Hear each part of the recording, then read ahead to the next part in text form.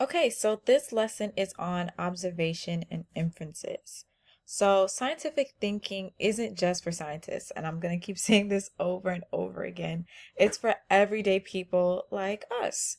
So, as we make our decisions, we think about what we believe online, what to eat, what to buy, and honestly, how we protect ourselves.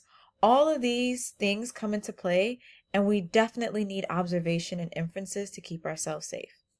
So think about this example. You go to a food store and you notice like, oh, this food kind of looks a little discolored. It kind of has a funky smell. You're not going to buy the food, eat the food. You're going to probably make an inference like, all right, this is not safe to eat. It may be spoiled and you won't eat it. So let's talk about specifically what are observations. Observations are facts that you gather using your five senses. So that is sight, sound, smell, touch, and taste. They must be measurable or like clearly describable. So you can say, oh, there is liquid in the test tube, it's bubbling. Or like, I noticed that the insect has eight legs. It has to be something specific that you could see and talk about with somebody else.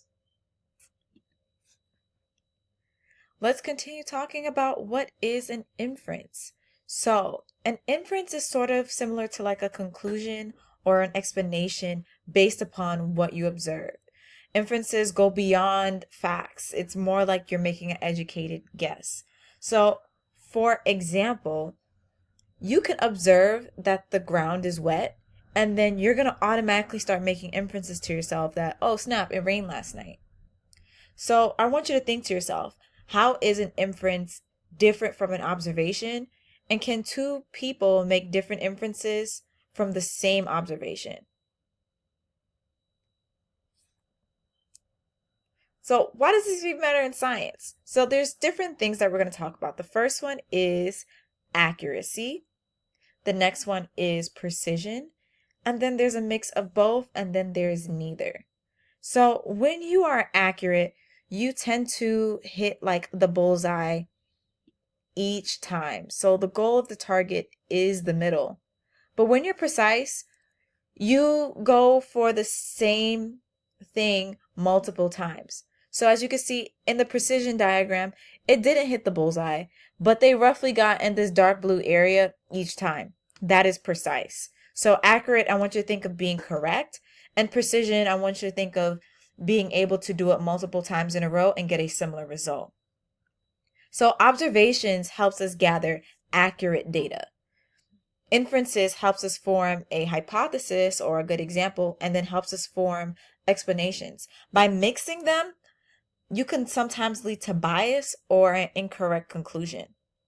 So for example, saying that animal looks mean is an inference, but is not an observation. So let's think about, why does this even matter to my everyday life, Miss Francis? So we have police detectives, doctors, scientists, all of these people in our everyday life rely on observations before jumping to conclusions. And then we know sometimes they do jump straight to conclusions, which is very dangerous. Knowing the difference helps us think clearly, solve problems, and avoid assumptions. You use observations and inferences every single day, even outside of science class. You make observations and inferences on social media, at school, with your friends. But sometimes our inferences are way, way, way, way off. For example, you see somebody and they left you on red. You could infer that they were ignoring you, but maybe they were just busy. It was all in your head. Maybe a friend didn't say hi to you in the hallway. You assume they're mad at you, but your friend just forgot their glasses and they can't really see faces, and they weren't mad at you at all. Let's say you hear loud music from a car. You could infer like, oh my God, that person's showing off, they're being obnoxious, but they probably just like that song. So why does this matter? Point is, it helps you, one, avoid drama, reduce misunderstandings, and avoid unnecessary conflict. It makes you a better communicator overall and a more thoughtful decision maker. So scientists do it, but also emotionally intelligent people do it as well. So let's practice a little bit of identifying observations and inferences. I want you to read these statements and decide which are inferences. So we have the sky is gray. It's about to rain. The girl is crying and she is sad. You're going to see a little thing where you select the answers below and hopefully you're right.